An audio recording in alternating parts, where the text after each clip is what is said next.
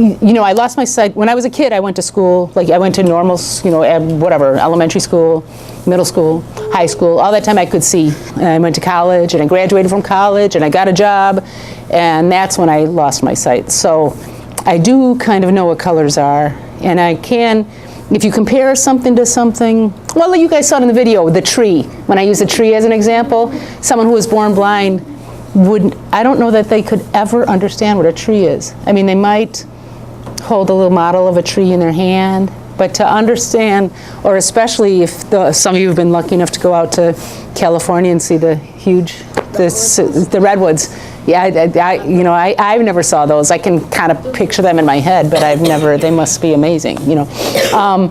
So I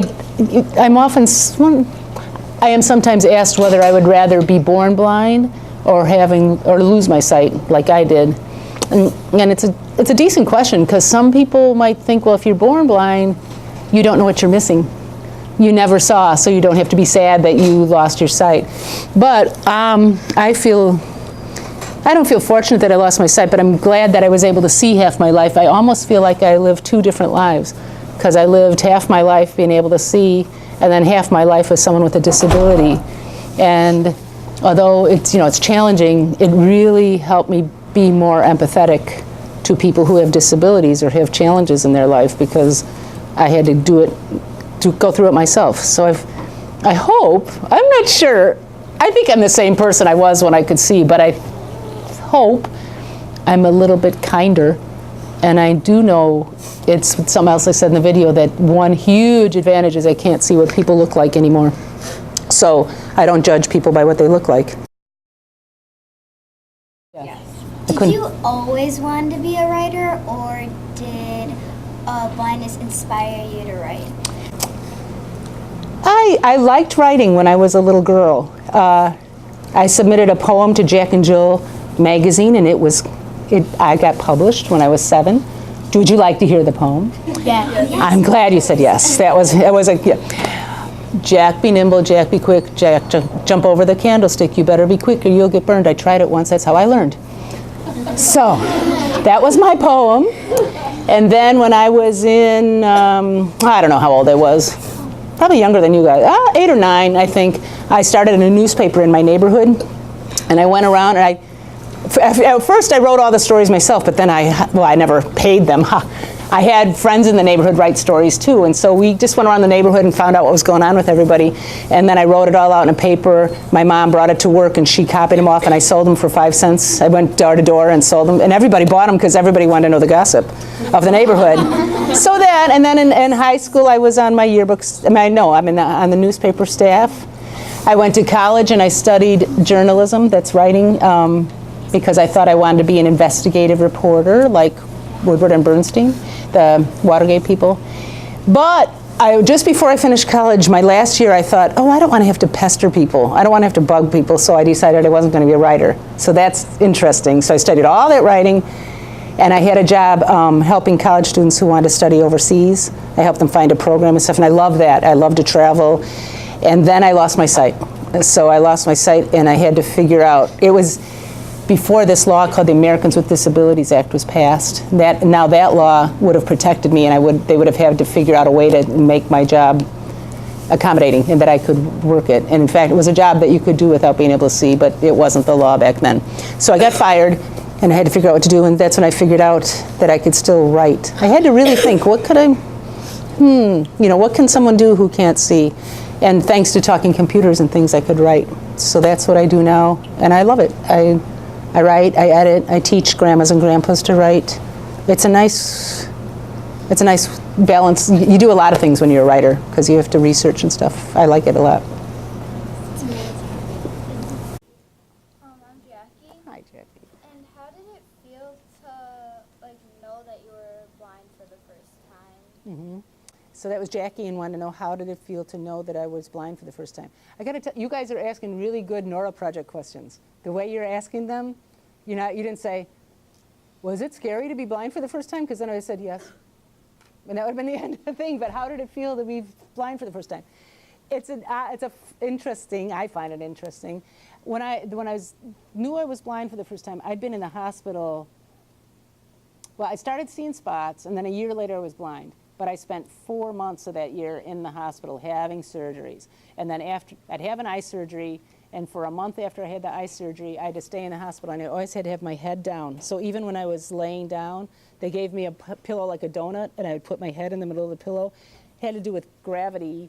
They had put a gas bubble in my eye to hold my retina in, and so the bubble would rise. So I always had to have a bubble there to keep my retina up. So it was pretty miserable, really. Your neck hurt, you know, I couldn't, friends would come, well, I didn't really want friends to come and see me because all they would see was my big fat butt because I'm just laying down all the time unless I'm sitting up, you know. So they did this eye, and it didn't work, and then they did this eye, and it didn't work, and then they did this eye again, just desperate. And after this eye, it didn't work, you know, I was holding my head down, and then I went to the doctor's office in the hospital. Mike, my husband, was with me. I put my head in this little contraption, and they took off the pads off my eyes, and they looked in, and they said, I'm sorry, you know, we did everything we could, but there's nothing else we can do. You are not going to be able to see again. And I was so, you know, to be honest, I didn't think about how I felt then until I was writing my first book, Long Time No See, and the editor of the book said, in the first run, I said, and then they told me I'd never see again, and then we drove home. And they said, okay, no, you got to say exactly the question you asked. How did you feel when that happened? And so I thought about it, and I thought, was I angry? Was I scared? Was I disappointed? And the answer is, I was relieved. I know it sounds weird, but I thought, okay, I don't have to do any more surgeries. I can hold my head up, and now I know. For all that whole year, I didn't know. Was it going to go this way? Was it going to go that way? Was I going to be able to see again? And finally, I knew. So I knew, now I got to learn Braille. Now I had something I had to work on. And so it was a relief, like, I'm just done with this. And to this day, when I hear that somebody has an undiagnosed condition, or they don't know what it is, I guess you don't want to find out it's terminal or you're going to die, but it is. I find it so much easier now to know what it is rather than be in this never land. So, for our neuro friends, like, how should we really tell the difference between like a curious question and kind of like a rude, offensive? That's a very good question. That's a hard question to answer. I'm a funny person to ask that because I'll answer any question.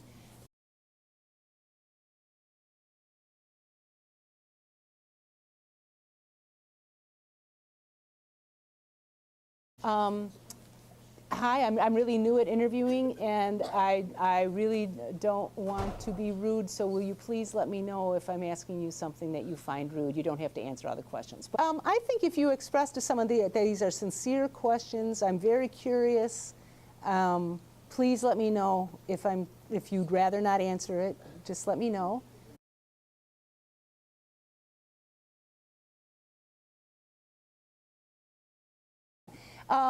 I think rude questions tend to be very judgmental. You already have the judgment, like, how come you look so funny? Or, you know, why? Actually, here's one. It's not. Well, let's see. Sometimes when I'm at schools, people will say to me, "How come you're not looking at me when you're talking to me? How come you don't look at me?" And the answer is, I can't see you.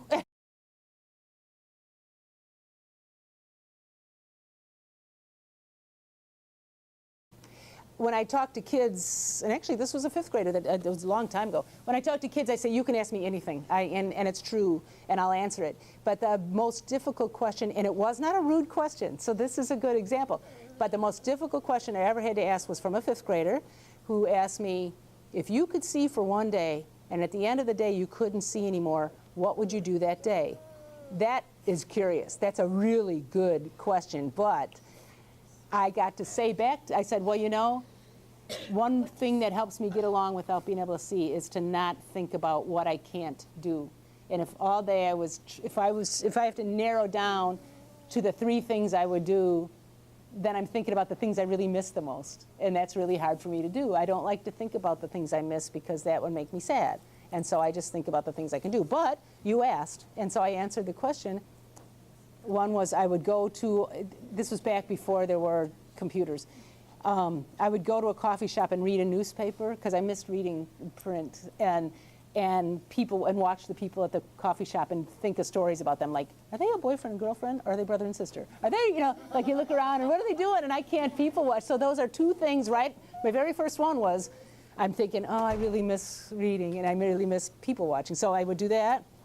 I would look at all my photographs because that's when I try to remember what people look like or think about what people look like.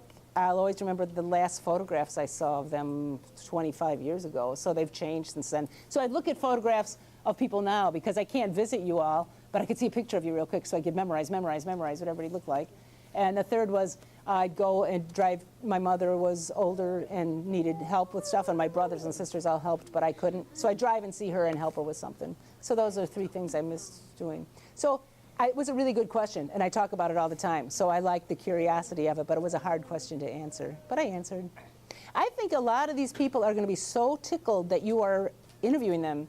I wouldn't worry too much about being rude. I think they'll know that you're new at this. I think that they're pretty open-minded if they're friends of Sally or Nora or whoever the kids are. They're accepting of people who have challenges, so they're probably, like I said, I hope it made them a little kinder, and they'll understand that, you know, and I would trust them to let you know if it was rude. And I think I love curiosity, and most people do, and will be so flattered that you're asking them that I wouldn't worry too much about it.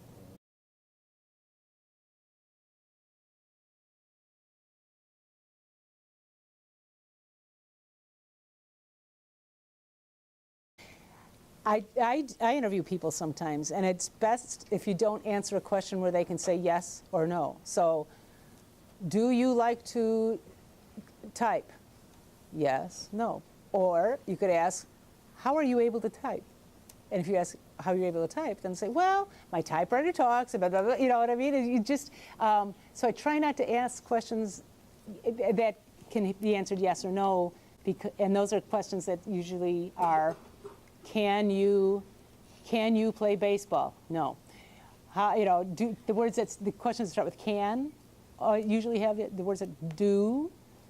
Is it hard to blah blah blah.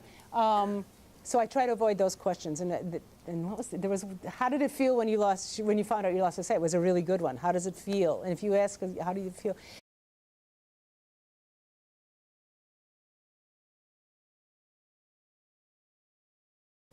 I think another good one is let them answer the whole question. Don't interrupt them. It's really tempting. If someone were to say, how did it feel? How did it feel when they first told you were blind? And I said, well, I didn't know if I was angry. And then you stopped. You're tempted to go, well, then what? Just let them go angry. And just, if you're quiet, they'll keep talking. Because it's kind of an awkward thing in English language. If you ask somebody a question and they stop, and everybody's just quiet, somebody wants to fill the time. So try to take a breath and let them keep talking.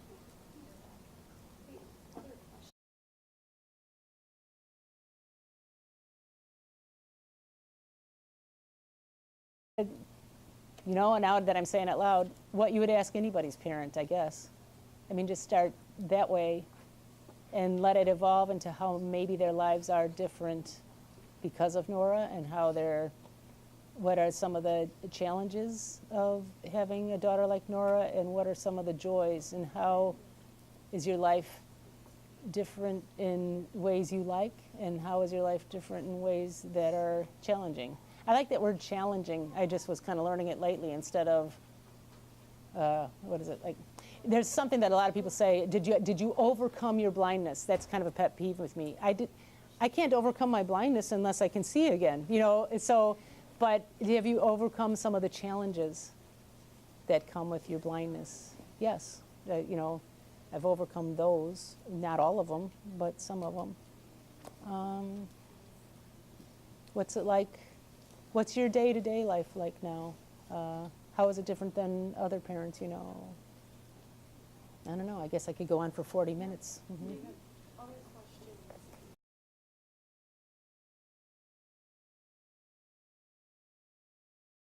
I would say be really yourself.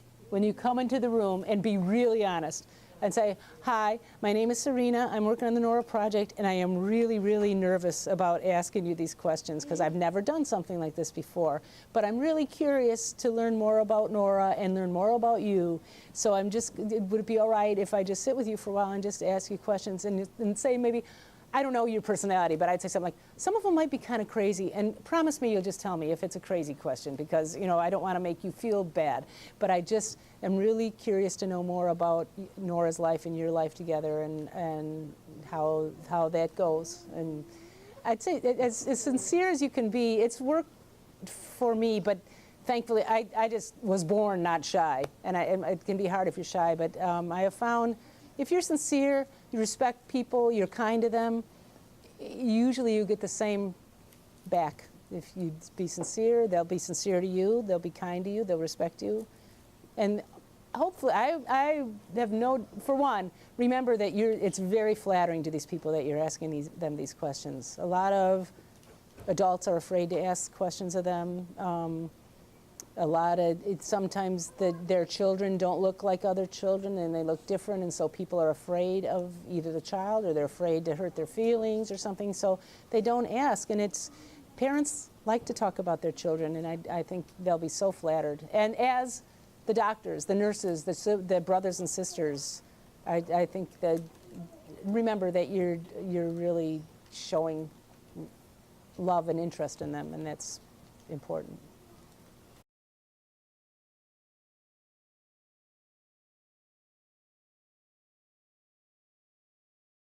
Thank you. Thanks for having me.